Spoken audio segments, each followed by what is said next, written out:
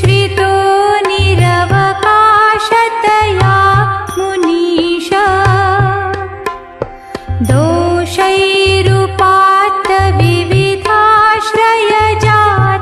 कर्वै स्वप्नान्तरेऽपि न कदाचिदपीक्षितोऽसि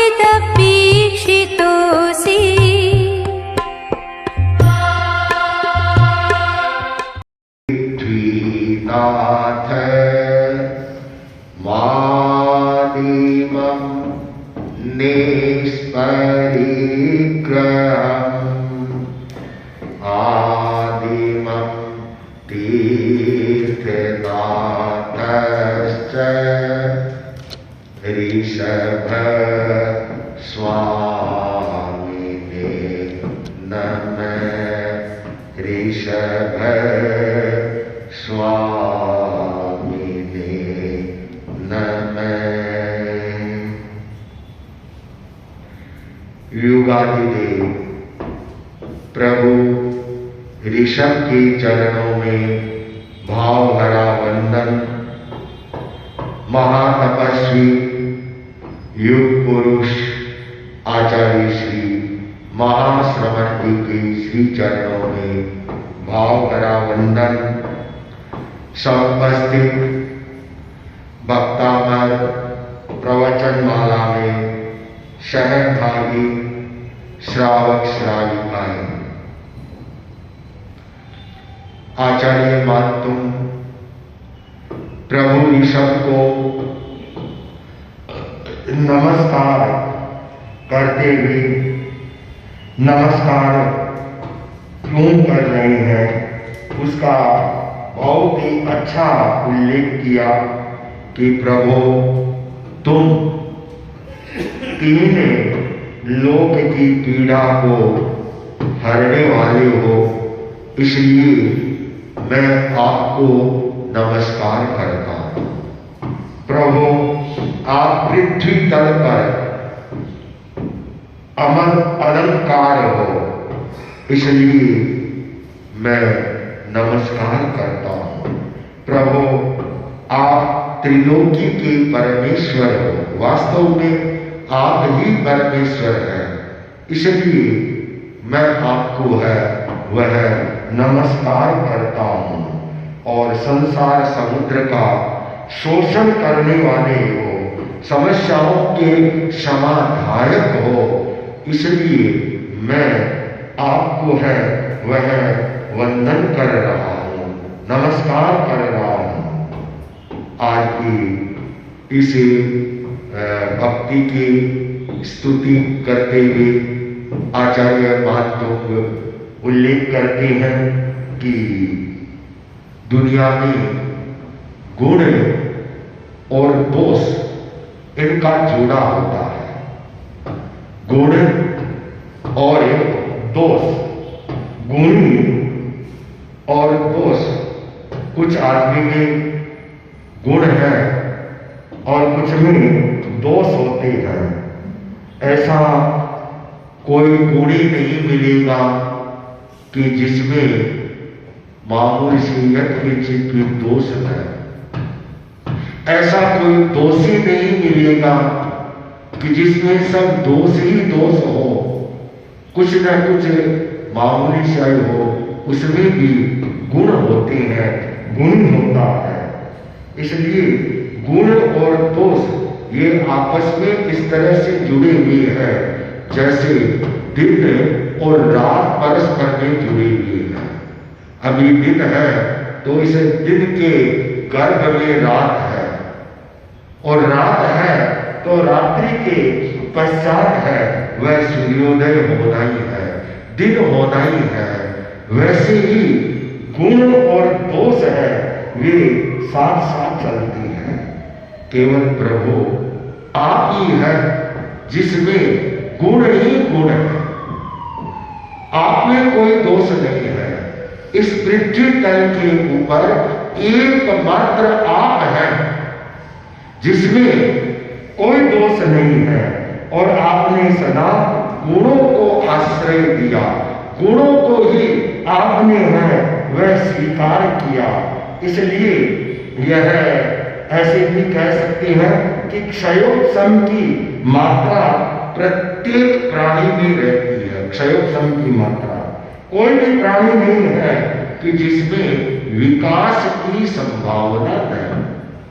अब और देखा जाए क्षयोत्सम को या इस जिसको समझा जाए तो इस भूभाग से कहीं से भी जितने भी सिद्ध होती हैं मोक्ष जाती हैं आत्माएं, उतनी ही आत्माएं पुनः अव्यवहार राशि से व्यवहार राशि में आ जाती है और संसार को बराबर कर देती है।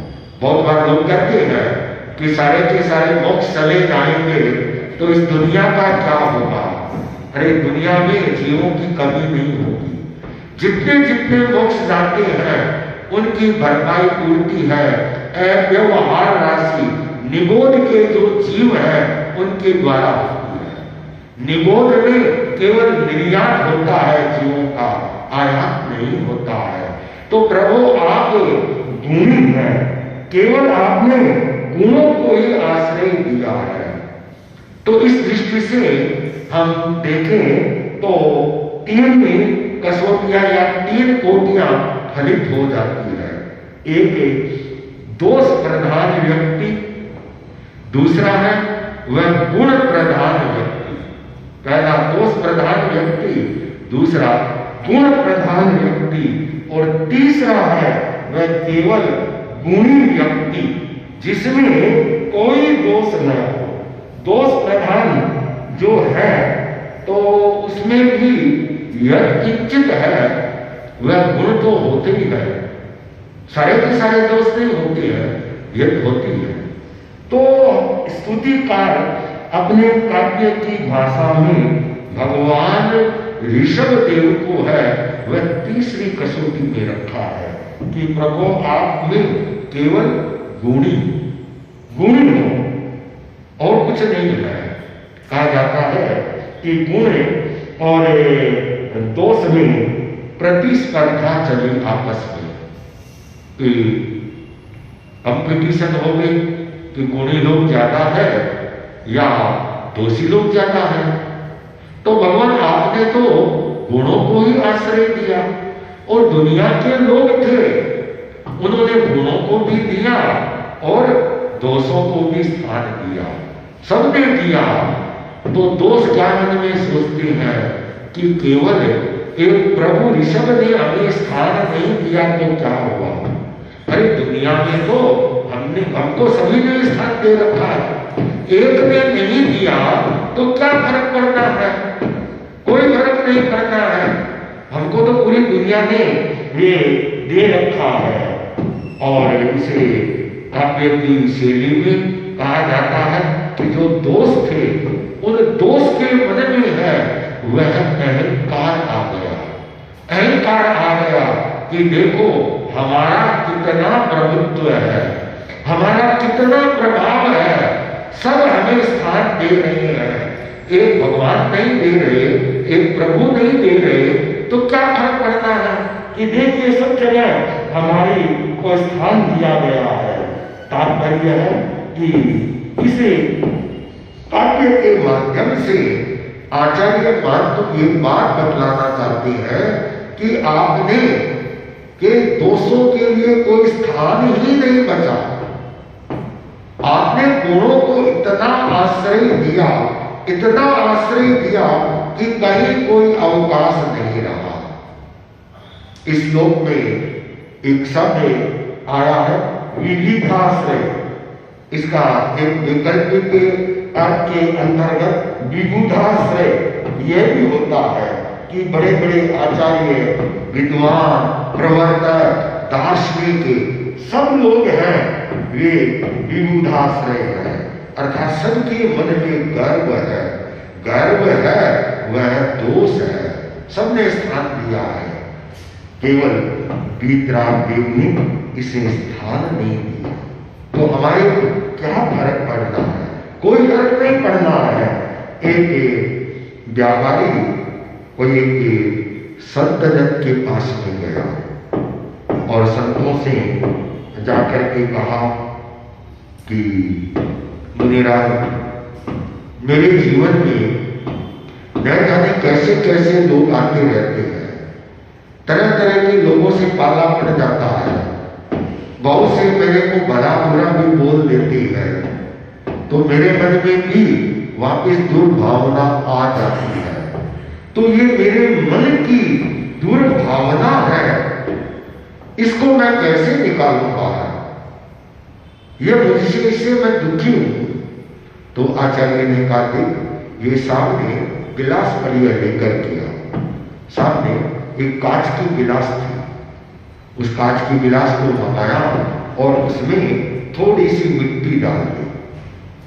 मिट्टी डाल करके उस आदमी को दी, कर लिया। सामने नलका है, टूटी है, उसको खोल दे, उसके नीचे इस गिलास को रख दे, और जब पूरा पानी साफ हो जाए तब मेरे पास लेकर के आना। वह आदमी गया, टूटी चलाई, गिलास को नीचे रख दी, अब उसके ऊपर पानी पड़ रहा है, पड़ रहा है, पड़ रहा है। थोड़ी देर निकली, थोड़ी देर में जो मिट्टी थी वह पानी के प्रेशर से, निरंतर पानी बढ़ने से धीरे धीरे धीरे धीरे बाहर आ गई। वह पानी की गिलास लेकर के आया।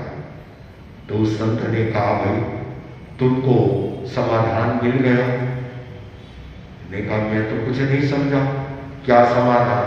कह, गिलास में जब मिट्टी डाली, पानी डाला, तो क्या हुआ कि पानी था वह उदला हो गया, मिट्टी का हो गया, और निरंतर पानी बढ़ता रहा तो क्या हुआ कि वह धीरे धीरे है वह साफ हो गया।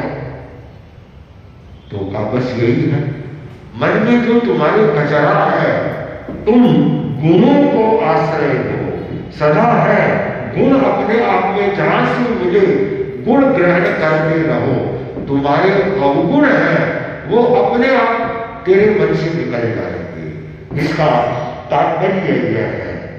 तो आचार्य मानतुम आगे इसे वक्तावर स्तोत्र के 27वें काव्य के माध्यम से इस बात को है उल्लेख कर रहे हैं, बहुत ही अच्छी तरीके से इस बात को समझा रहे हैं।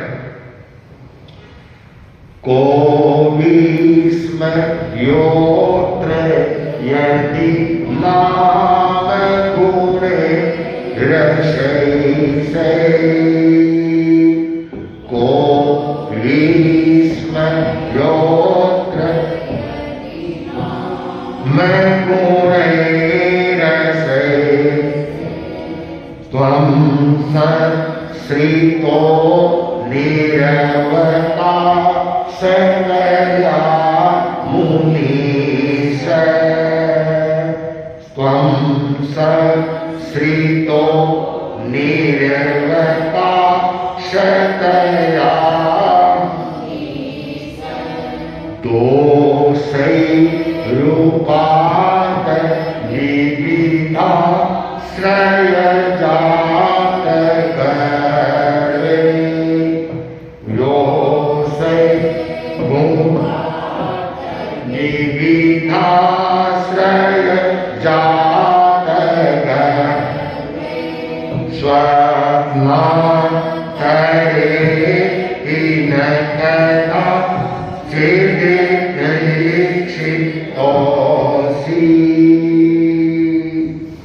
उल्लेख किया है कि को विस्मयोत्र, को का क्या, क्या विस्मय, विस्मय आश्चर्य कि क्या आश्चर्य अत्र इसमें, अत्र इसमें यदि, यदि नाम नाम गुणे गुणों के द्वारा अशेष संपूर्ण तुम संश्रितो आश्रय लिया है, और निरावकाशतया निरंतर जहां कोई अवकाश नहीं है, स्थान नहीं है, बिल्कुल भी स्थान नहीं है। और मुनीष है, मुनीष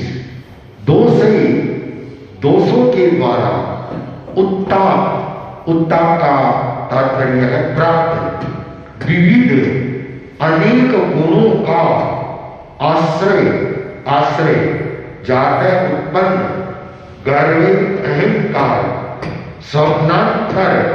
स्वप्न में अपनी भी नहीं कदाचित कभी अपनी भी इच्छित देखे गए असिद्ध हो। कि इसे पूरे श्लोक का हम भावार्थ निकालें कि हे मुनीष, तुम सर्वथा दोष मुक्त हो। सर्वथा कोई भी दोष नहीं है।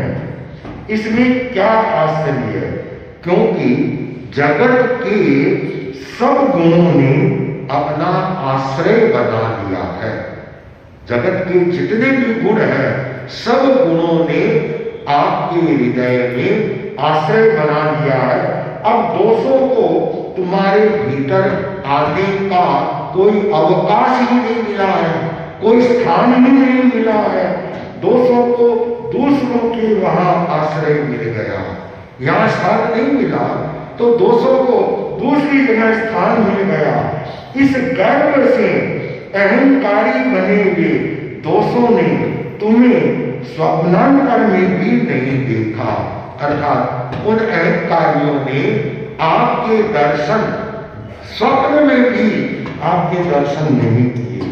प्रभु आप हैं, आप तो वीतरागी बन गए। आपके राग था वह व्यतीत हो गया, द्वेष था वह व्यतीत हो गया। राग द्वेष व्यतीत होने से इस पृथ्वी के जितने भी गुण थे, सारे के सारे गुणों ने आप में आश्रय ले लिया। और वह आश्रय पाने से आपके कहीं पर भी किंचित मात्र भी दोषों को है वह स्थान है, वह नहीं बचा। यह 27वां काव्य, इसका जो वक्तावर के कल्प के आचार्य भी है, उन्होंने जो इसके कल्प बनाए हैं, उसमें जो रिद्धि मंत्र दिया है, ओम ह्रीं अरहम नमो तत्तवारम ज्रों ज्रों नमः स्वाहा। इसके जो मंत्र बने हैं वो है ओम नमो चक्रेश्वरी देवी चक्रधारिणी चक्रेण अनुकूलम साधय साधय शत्रुन उन्मूलय स्वाहा। दूसरा है ओम नमो भगवते सर्वार्थ सिद्धाय सुखाय ह्रीं श्रीं नमः स्वाहा। ये इसके मंत्र है। अस्तु यह 27वां काव्य को संपन्न किया जाता है। ओम